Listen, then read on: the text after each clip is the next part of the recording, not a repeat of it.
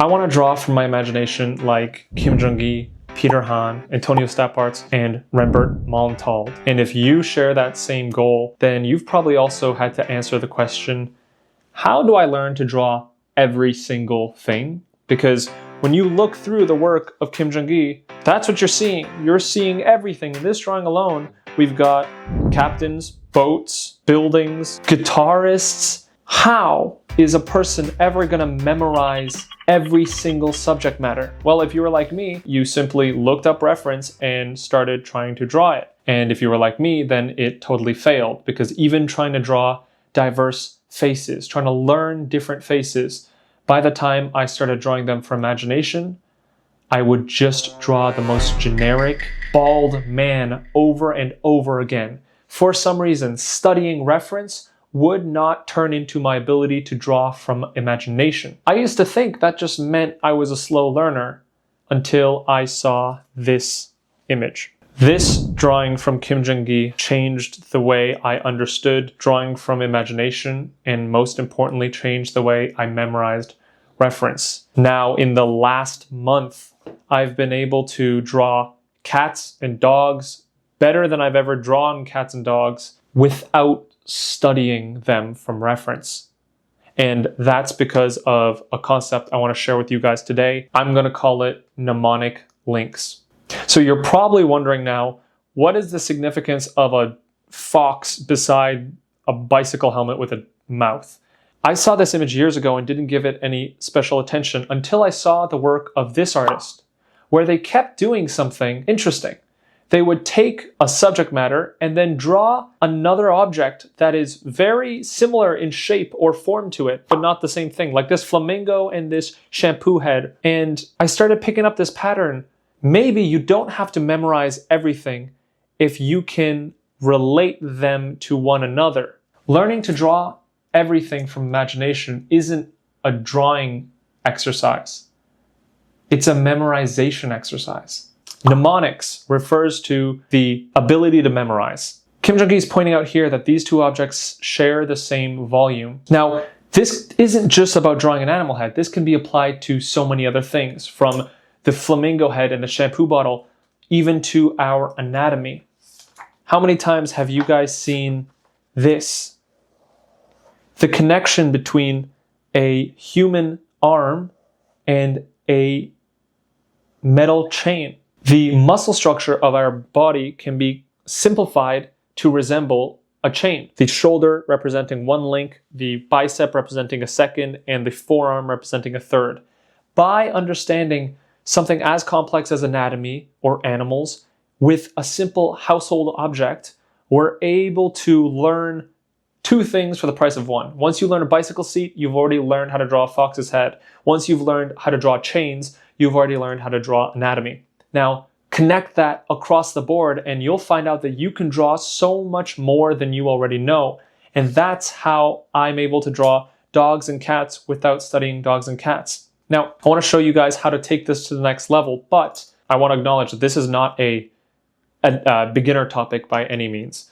If you want to draw from your imagination, but you're still not at the level where you can memorize anatomy and stuff like that, just simplify your process and go back to my 25 drawing exercises video where I take you all the way to the basic steps to draw from imagination. In that video, I actually reference Antonio Staparts, who is the CEO and founder of ArtWod. ArtWod is the answer to the question, how do I learn to draw from my imagination as a self-taught artist? Because this app/website has been built from the ground up to teach you how to draw, no matter what age you are, no matter what tools you have, because it's designed with roadmaps, which are basically specified courses in order of difficulty. And on this website, there are currently 7 that will take you from learning how to draw a triangle and using your pencil all the way to drawing environments and characters from your imagination.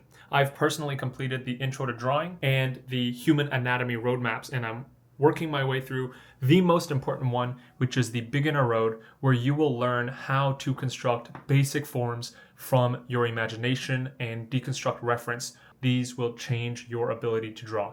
If you're tired of being stuck and are looking for homework, examples, and easy reference that will have you searching less and drawing more, ArtWod is the place to do it. And right now they're offering 30% off the quarterly plan of their premium subscription with my link in the description. If you're ready to take your drawing to the next level, check that out. And once you've done that, we can learn how to efficiently memorize different subject matter.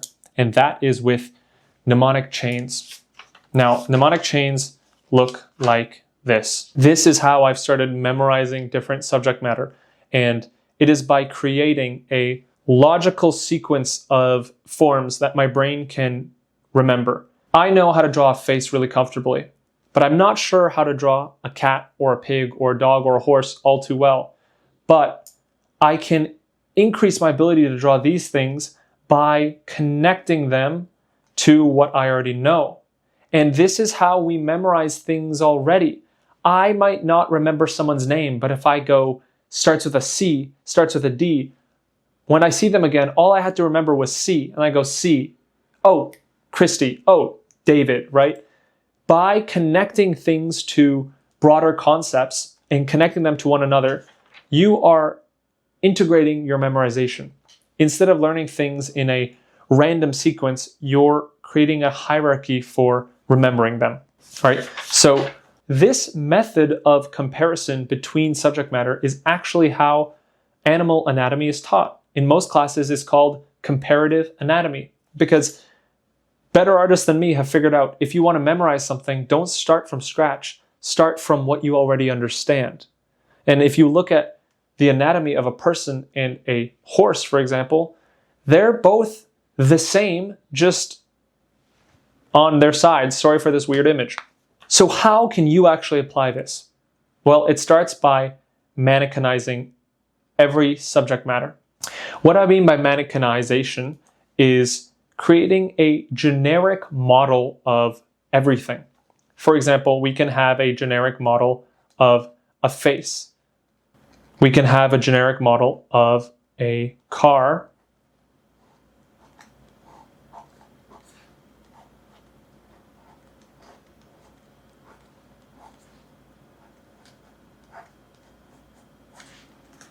And we can have a generic model of an animal. Now, what animal this is doesn't really matter. The idea is that we're creating a placeholder form for our memory to stick to. I want you to think of these mannequins, these generic mannequins of car, animal, and face, like a character creation screen.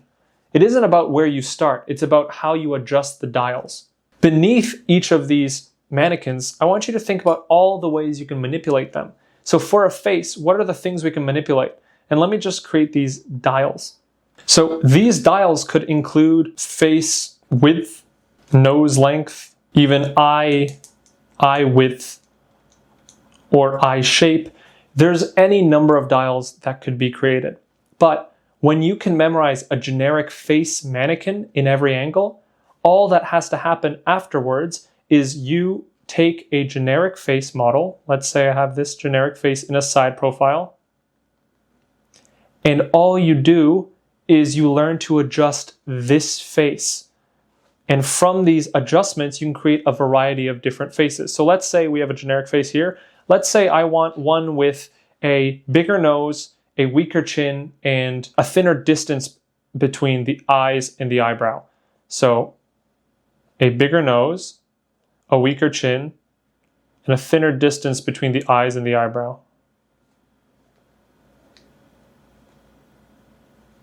Right? And we've already created another type of person from imagination. Notice how I didn't have to study people with bigger noses or weaker chins. I can just use what I know about the base model and adjust the base model. Now, another example could be, we haven't included hairstyle, but let me do more feminine features. Now we could have these lips be bigger. We could have the chin stay small, and we could include an element of hair into these. And I want to be clear that this doesn't mean you don't have to study reference, but now I spend so much more time playing with my dials, rather than studying purely from reference. Because studying from reference doesn't help you draw from imagination if you don't actually know how to convey 100% of the things you studied.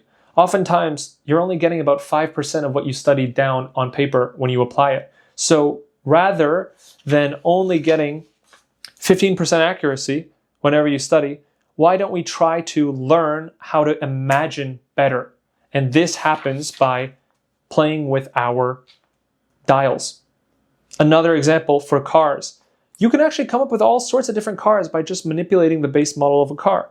For example, here we have a car that's pretty much 1/3, 1/3, 1/3.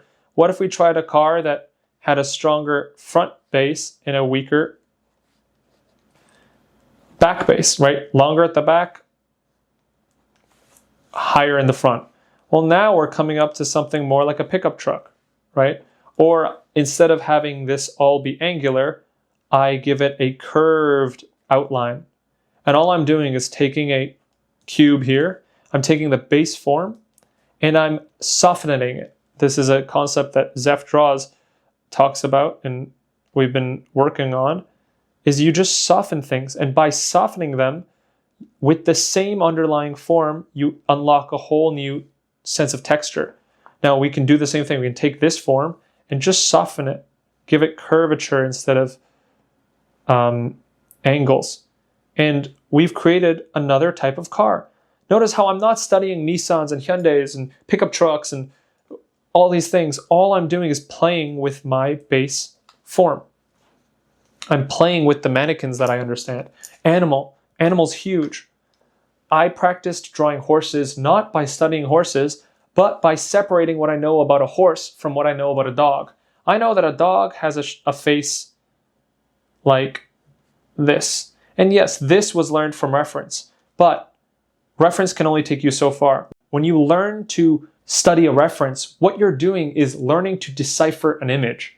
That is connecting your eyes to a screen, and your brain is learning how to decipher that. But learning to imagine is a different process. It's self-reliant. You need to learn how to problem solve your own gaps in knowledge. And if you don't do that, you'll see the same result that Proko did on his stream when he tried to draw a kangaroo from imagination. I don't really like that. So compared to a dog, what does a horse look like? Well, a horse has much less of an eyebrow ridge, and like every other prey animal, it has eyes on the sides of its head. And it has similar ears like the dog, very high and pointy, but its head is way bigger and actually has a face like a whistle, right? So I'm thinking again of different objects. It's like a whistle, a horse, right? Just by studying other objects, you can build your ability to memorize things much easier. Now, a horse has a giant neck, so that's how we can separate it from looking similar to a dog. So let me show you how I actually practice this. And it's just, I gotta cover that, that's not safe. It's just by playing with facial diversity and just sketching, just playing. And maybe it took more time than it had to for me to recognize if you draw from your imagination more, your imagination will get stronger. You'll learn how to connect things from imagination. And I think that's what Kim Jung-gi did so well. You'll even see it, how he applies this all the time. When he draws all these animals like this, it's not as difficult as learning how to draw a pig from the ground up, learning how to draw a fox from the ground up. Once you learn how to draw one mammal, every other mammal is just a variation of that animal. A donkey is just a slightly different horse, and a horse is just a slightly different gazelle. You see how these share the same shape language, so it's just about changing the dials. So hopefully this does to you what it does for me. Simplifies the process of memorizing literally everything. This image represents to me simplicity. It says you're not going to have to memorize everything because most things look like other things. And who knows, maybe you already know a lot more than you think. I hope this video helped you. I hope you check out the ArtWod program, and I hope you're drawing a lot. Thank you for watching, and I'll see you in the next video.